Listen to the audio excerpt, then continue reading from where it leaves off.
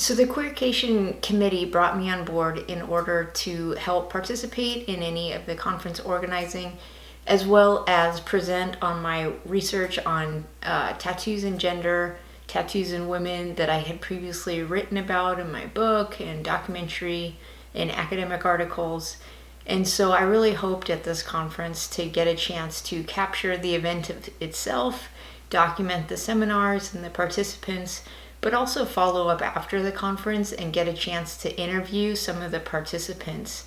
And so in this video, I interview Haley Adams, who was one of the core organizers of the conference and a big part of the Queer Tattooers Alliance that was a previous organization or affiliation structure that was a group of people that was the predecessor to this conference. Haley Adams is a longtime tattooer, mid-career artist, and has finally achieved their dream of opening up a tattoo shop in San Francisco.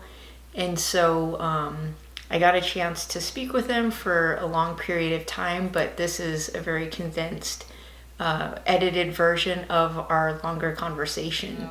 But I would come in and be like, apprentice me. I want to learn to tattoo. I've known I wanted to be a tattoo artist since I was 7 years old.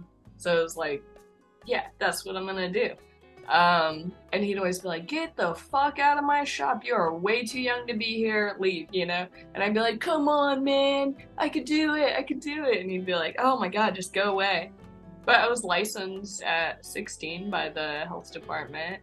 And they said as long as they didn't see any tattoos on me, then I could like legally work and do tattoos. It was pretty hard to get a tattoo job. I like went around with my shitty little portfolio. I was a junior artist, so I was like not impressive at all. And I went to about 20 shops. I like put every shop in town on my list and went to every shop. And the a lot of people were like, you shouldn't even be here. You shouldn't be a tattoo artist. And one guy was very adamant about it. He was like, seriously, you need to quit fucking tattooing. Like, this sucks. You know, I've worked at a lot of tattoo shops, and like, some people were like dicks, like, and didn't like girls tattooing. If any bit of like my gayness showed, then it was like, but you like guys too, though, right? Like, you're not that gay, you know, shit like that. But this guy was pretty like, fuck it, man. Like, we're both just existing in this world. He was pretty good to work for. I mean, his work was not very good, and neither was any of ours. And I got a lot of experience. A lot of the tattoo artists there were really into like how fast they could do things because we could have like lines out the door. I mean, is the cheapest tattoos you could fucking get. But I got really into like just making like these like little tattoos like as clean as possible. Um, so the shop got to grow and I got to do like better things and hiring Brandon. Um, Me and him were really interested in like how good we could get. And every time we did a bad tattoo, we felt like dying. I remember he did like this like Jesus face, and it kind of looked like the Jesus face was melted a little. And he was like, Haley, I'm gonna go and fucking kill myself. Like, this is the worst thing. Like, he was like so depressed. He was like, it's over for me. It's because we cared so much about how this like work turned out, and it wasn't like just for money, like how the old shop was. But I always had the dream of moving to San Francisco since I was like 16. And Brandon always talked about moving to California. That's like what we would dream about, you know, like one day we're gonna live in California, you know. And then I moved to Phoenix, Arizona, because my theory was it's closer to California than I was now, and my best friend lived there. Mm. Um, so I was like, I'll go to Phoenix, Arizona. I'll work on my portfolio, like get better at tattooing until I think that they will hire me in San Francisco. Like until I'm like, I'm confident I'm good enough. Because in San Francisco, you never see bad tattoo artists. I mean, it's like pretty rare um, for a bad tattoo artist to survive here. And then once I had a portfolio that I was like, I'm pretty sure that they would hire me in San Francisco. It's not fun to be like a woman in tattooing. It's not fun, definitely not to say you're non-binary. That's like unheard of, it feels like. Or to be gay and tattoo, that all sounds like. And if you're a person of color, like I can't fucking imagine, you know? All of that is all still very real there. We're in the Bay Area. We have this great bubble, you know, where like, oh yeah, you're gay, I don't care. Oh, like being like not a cis dude in tattooing isn't even a thought out here. Like if you say, oh, my pronouns are they, them, people are like, yeah, okay. But when I moved to California, I got a job at Black and Blue Tattoo, which is historical for being a queer shop. But in my opinion, it's like it was really great to meet everybody. I had never worked with women before, like women tattooers or queer tattooers, and I was so excited and also terrified. I thought everyone was going to be really fucking mean because I was like, if the guys are this upset because they think their lives are so hard, well, the women have to be extra mean because their lives are harder.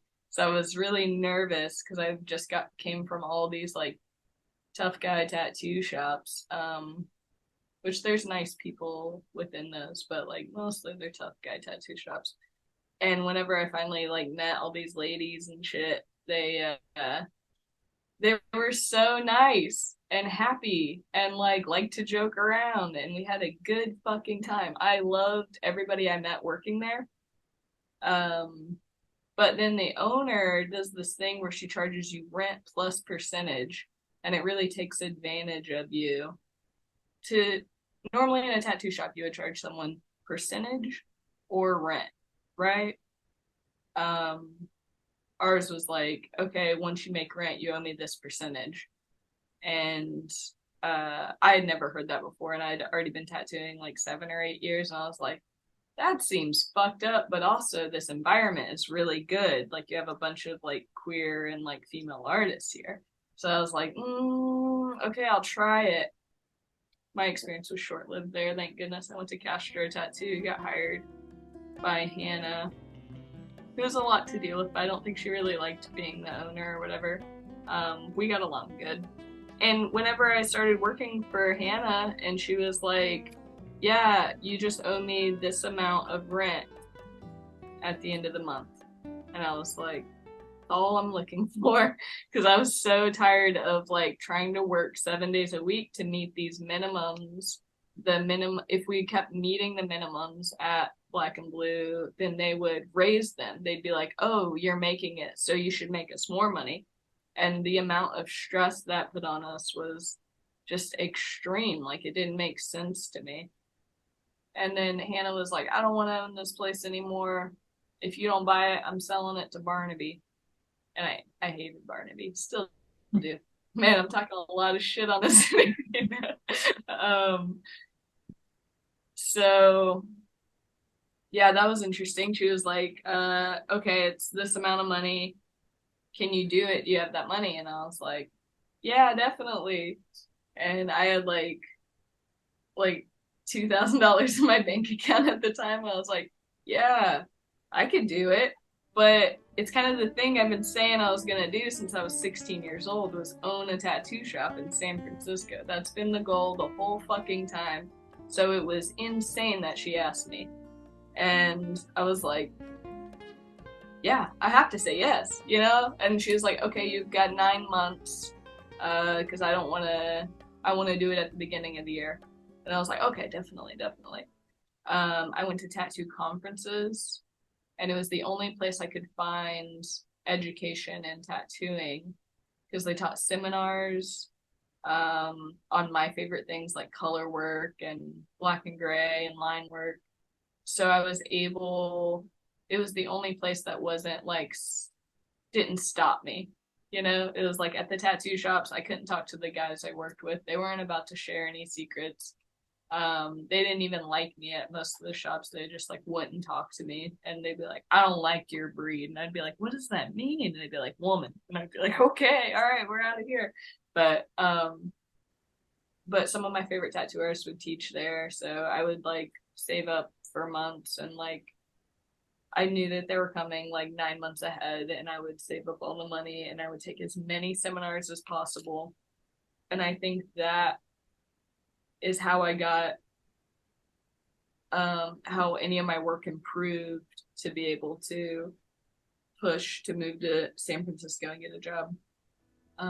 But as far as building community in the Bay Area for tattooing, we started the Queer Tattoo Alliance, and that way we can hang out with all the queer tattooers and like do art shows and everything. That even has led us to this conference that we're about to put on, the Queercation Tattoo Conference. I was like, wait, what do I do now? Because it's like the whole thing, like the whole like life effort was for this. So I had to figure it out. But I know what the answer is. I signed a 10-year lease for the tattoo shop. Stoked on that. I want to make it one of the best tattoo shops, or at least like to work in. The environment so good, and if you asked any of the people who work there, they would tell you that the environment is so fun, and that matters a lot to me. I want to get better at tattooing. I will always think that. So having a tattoo shop where people walk in and they feel welcome and nobody's a dick to them and no one makes them feel fucking weird or uncomfortable is a high priority. I think we have that, but continuing to always try to make it that way. So with this work, I just want to have the opportunity to capture the voices of queer tattooers, BIPOC tattooers, who can shed light on what it's like to be a tattooer in today's industry. If you are interested in participating in an interview, even though you didn't participate in the conference, I would love to get a chance to talk to other tattooers who are queer, BIPOC, different backgrounds that are can shed light on the experiences within the tattoo industry.